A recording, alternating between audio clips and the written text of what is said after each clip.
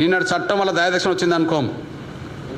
రేవంత్ రెడ్డి గారు నిన్నటి వరకు టీడీపీలో ఉన్నాడు, కాంగ్రెస్లో రాకముందు. టీడీపీలో అంటే గౌరవ చంద్రబాబు నాయుడు గారి ఆధ్వర్యంలో నాయకుడిగా కార్యకర్తగా పనిచేసిండు.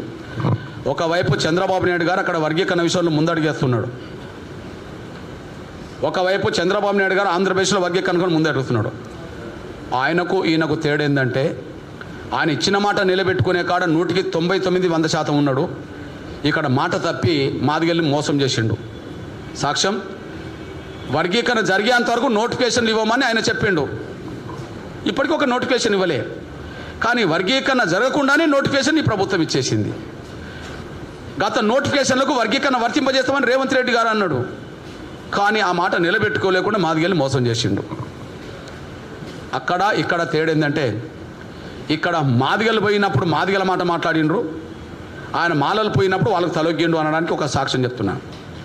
ఇద్దరిని కూర్చుండబెట్టి ఎందుకు మాట్లాడలే? డిప్యూటీ సీఎం మాలల వైపు ఉన్నాడు, మాదిగల పేరుతో దామోదర నరసింహ ఉన్నాడు. ముఖ్యమంత్రి ఇద్దరిని కూర్చుండబెట్టి ఎప్పుడన్నా మాట్లాడిండా? కానీ చంద్రబాబు నాయుడు గారు అక్కడ మాల మంత్రిని మాదిగ మంత్రిని కూర్చుండబెట్టి మాట్లాడిండు.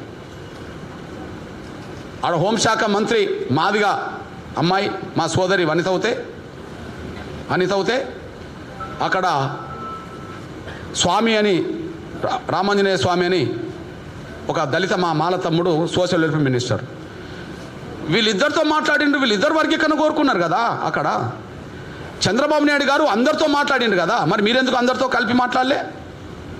రెండోది, అక్కడ మాలా మాదిగ ఎమ్మెల్యేలతో సమావేశం జరిపిండు కదా, అక్కడ మాలా మాదిగ ఎమ్మెల్యేలతో సమావేశం జరిపిండు కదా. మాలా మాదిగ ఎమ్మెల్యేలు కూడా వర్గీకరణ జరగాలని కోరుకున్నారు కదా.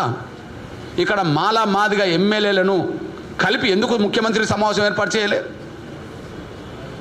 వీళ్ళు కలిస్తే వీళ్ళ మాట, వాళ్ళ కలిస్తే వాళ్ళ మాటకు చెప్పి అంతిమంగా మాలల ఒత్తిడి తలొగ్గి మాకు ద్రోహం చేయడమే కనిపించింది. కానీ ఇద్దరిని సమన్వయం చేసి వర్గీకరణ ప్రక్రియను న్యాయబద్ధంగా ముందుకు నడుపుతామనే ఆలోచన మీకు లేదు కదా. చంద్రబాబు అక్కడ చేసిండు కదా, గౌరవ చంద్రబాబు నాయుడు చేశారు కదా. ఇక పోతే ఇక్కడ షమీమ్ అఖ్తర్ కమిషన్గా ఉన్నారు. షమీమ్ అఖ్తర్ కమిషన్ ముందు మాలా మాదిగా ఎమ్మెల్యేలు కలిపి అక్కడికి కలిసి వెళ్ళారా? కానీ అక్కడ గౌరవ రాజీవ్ రంజన్ మిశ్రా గారు 2 సార్లు మాలా మాదిగ ఎమ్మెల్యేలతో సమావేశం ఏర్పాటు చేశాడు. 2 సందర్భాల్లో మాలా మాదిగ ఎమ్మెల్యేలపై వర్గీకరణ కోరుకుంటూ వినతి పత్రాలు ఉమ్మడికి ఇచ్చేశారు. అక్కడ అందరినీ కలుపుకొని అందరి సలహాలు తీసుకొని అందరి సూచనలతో వర్గీకరణ ప్రక్రియను ఘర్షణ లేకుండా ముందుకు తీసుకెళ్ళిండు. మీ దృష్టికి తీసుకొచ్చే విషయం ఏంటంటే, నేను తెలంగాణ రాష్ట్రంలో తెలంగాణ గడ్డ మీద ఉన్నా, కానీ ఉమ్మడి ఆంధ్రప్రదేశ్లో ఎస్సీ వర్గీకరణ అమలు కోసం ఉద్యమం మొదలుపెట్టింది ఎక్కడ? ఆంధ్రప్రదేశ్ ప్రాంతంలో, ప్రకాశం జిల్లాలో. ఓకే, మాదిగలతో పోల్చుకుంటే మాలలు ఎక్కువ ఉన్నది ఎక్కడ? ఆంధ్రలో. అందుకని అక్కడ 6.5 మాదిగలకు వస్తే 7.5 మాలలకు వచ్చింది. మాలలు ఎక్కువనే కదా. అంటే ఆంధ్ర రాష్ట్రంలో, ఆంధ్ర ప్రాంతంలోనే ఎంఆర్పీఎస్ ఉద్యమం మొదలైంది. వర్గీకరణ వ్యతిరేక శక్తులు ఎక్కువ ఉన్నది కూడా అక్కడనే. వర్గీకరణకు వ్యతిరేకంగా మాల మహానాడుకు నాయకత్వం వహించింది కూడా అక్కడి నుంచే.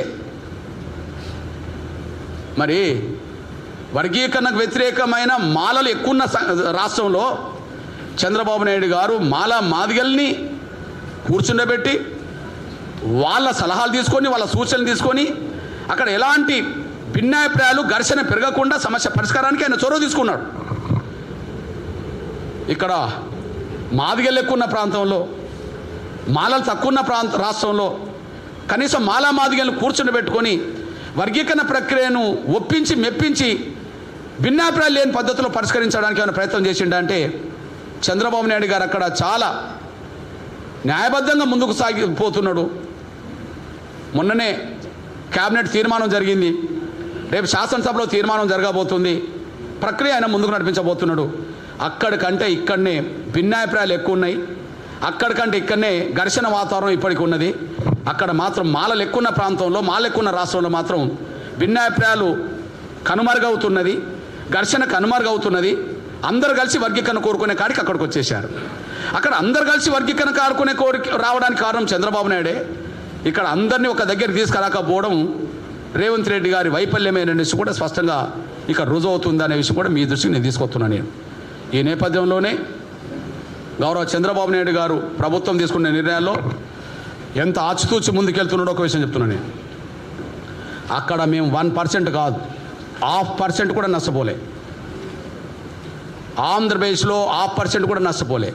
ఎగ్జాంపుల్ చెప్తున్నాను నేను. అక్కడ ABCD ఉండే, ఇప్పుడు ABC అవుతుంది.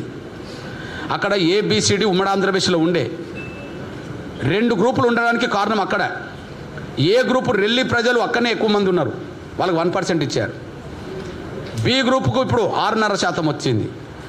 C గ్రూపుకు మాలలకు అప్పుడు C గ్రూపే, ఇప్పుడు C గ్రూపే 7.5 వచ్చేసింది. D గ్రూప్ లేదు. మరి D గ్రూప్ 1% ఏమైంది ఇక్కడ గమనించాలి. D గ్రూప్ అనేది ఆది ఆంధ్రులు, 1% ఏమైంది అన్నప్పుడు D గ్రూప్ కాడ మాది ఎమ్మెల్యేలు కూర్చొని MRPS సూచనలు కూడా చేసిన తర్వాత కమిషన్ ముందుకు, ప్రభుత్వం ముందుకు ఒక అభిప్రాయంతో వెళ్ళాడు.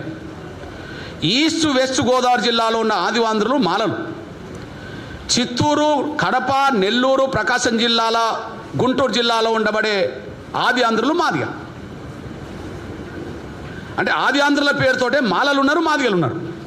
కాబట్టి ఆ 1%ను సగం మాలలకు కలిపి సగం మాదిగలు కలిపారు. అంటే 6 రావాల్సింది D గ్రూప్లో సగం రావడం వల్ల 6.5 మాదిగలకు అయింది. 7 రావాల్సింది మాలలకు D గ్రూపులో ఉండబడే 0.5% కలవడం వల్ల 7.5 మాదిగలకు అయింది. ఇప్పుడు ఆది ఆంధ్ర గ్రూప్ ఉంటుంది కానీ D ఉండదు. కులం ఆది ఆంధ్ర లిస్టులో ఉంటుంది కానీ ఉండదు. 50% ఇటు 50% అటు. కాబట్టి మీరు మాలలైతే ఆది ఆంధ్ర మాలలు రాసుకోండి, C గ్రూప్లో పోండి. మీరు మాదిగలైతే B గ్రూప్లో పోండి అని చెప్పి రిలాక్సేషన్ ఇచ్చారు. ఆ పని జరుగుతుంది. అంటే ఒక గ్రూపులో ఉండబడే ఒక సెక్షన్ని 2 వర్గాలు పంచుకునే విధంగా చేసింది సమన్వయంతో కదా, అందరి అభిప్రాయంతో కదా. లేకపోతే ఆ సమస్య అట్లనే ఉంటుంది కదా. ఆది ఆంధ్రులను D గ్రూప్లో C గ్రూప్లో కలిస్తే 1 సైడ్ పోయేది. కానీ అట్లా 50-50 చేయడం జరిగింది. ఇదంతా చేయడానికి కారణం ఏంటిది? అక్కడ వర్గీకరణ అంశం మీద అత్యంత అవగాహన గల వ్యక్తి ఎవరు? చంద్రబాబు నాయుడు గారు. వర్గీకరణ గతంలో అమలు చేసింది ఎవరు? చంద్రబాబు నాయుడు. వర్గీకరణ సమస్య పరిష్కారం ఘర్షణ లేకుండా జరగాలని అనుకుంటున్నది ఎవరు? చంద్రబాబు నాయుడు గారు. ఆ విధంగా ముందుకు నడిపింది ఎవరు? చంద్రబాబు నాయుడు గారు. అక్కడ నిజాయితీ, ఆ చిత్తశుద్ధి, ఆ సంకల్పం కనిపిస్తున్నది. వర్గీకరణ జరగాలి, మాదిగలు కలిసి ఉండాలని అక్కడ కోరుకుంటున్నాడు. ఇక్కడ వర్గీకరణ జరగాలి, ఎవరి ఘర్షణ వాళ్ళు పడాలని ఇక్కడ అనుకున్నట్టున్నది. మాదిగలు రోడ్ ఎక్కాలి, బుడగజంగాలు రోడ్ ఎక్కాలి, నేతకానులు రోడ్ ఎక్కాలి, ఈ ఘర్షణ కొనసాగుతూనే ఉండాలని చెప్పి ఈయన అనుకున్నట్టున్నది. అంతిమంగా మాలలకు వత్తాసు పలకాలని చెప్పి అనుకున్నట్టు ఉన్నది. జాతీయ స్థాయిలో ఉండబడే మాలల ఒత్తిడికి తలొగ్గి, ఇక్కడ ఉండబడే పలుకుబడి గల మాల లీడర్ల ఒత్తిడి తలొగ్గి నమ్మక ద్రోహం చేసి వర్గీకరణ చట్టం ఇచ్చినట్టు అయింది. చట్టం వాళ్ళ దయాదాక్ష వచ్చిందని మేము అనుకోవట్లేదు. పంజాబ్లో లేదా, హర్యానాలో అమలు జరుగుతలేదా, తమిళనాడులో అమలు జరుగుతలేదా? ముందు మేమే తెచ్చామంటున్నాం కదా, మీరు అంటుండ్రు కదా. మీరు తేవడానికంటే ముందు ఇతర రాష్ట్రాలు అమలు జరుగుతలేదా? సుప్రీంకోర్టు తీర్పు తర్వాత మేమే అంటున్నాం కదా. హర్యానాలో సుప్రీంకోర్టు తీర్పు తర్వాత అమలు జరుగుతుంది వాస్తవం కదా. రేపో మాపో ఆంధ్రప్రదేశ్లో అమలు జరిగేది వాస్తవం కదా. కానీ వాటికి రేవంత్ రెడ్డి గారికి తేడా ఏంటంటే, వర్గీకరణ లేకుండా ఒక ఉద్యోగం భర్తీ చేయలేదు ఆంధ్రప్రదేశ్. వర్గీకరణ ద్వారానే హర్యానా ఉద్యోగాలను భర్తీ చేసింది. కానీ వర్గీకరణ లేకుండానే ఉద్యోగాలన్నీ భర్తీ చేసేసాడు ఈయన. ఇంకొక 2 ఏళ్ళకు, ఇంకొక 4 ఏళ్ళకు, 10 ఏళ్ళకు కూడా నీ గ్రూప్ 1 పరీక్షలు, గ్రూప్ 1 నోటిఫికేషన్ మళ్ళీ రాదు. గ్రూప్ 2 మళ్ళీ వెంటనే రాదు. అంటే ముందు చేసినాం అంటున్నాడానికి మీకు చెప్పుకుంటున్నామేమో, అందరికంటే ముందు చేసినాం అంటున్నామేమో. కానీ 10 ఏళ్ళు మమ్మల్ని వెనుక నెట్టేసింది.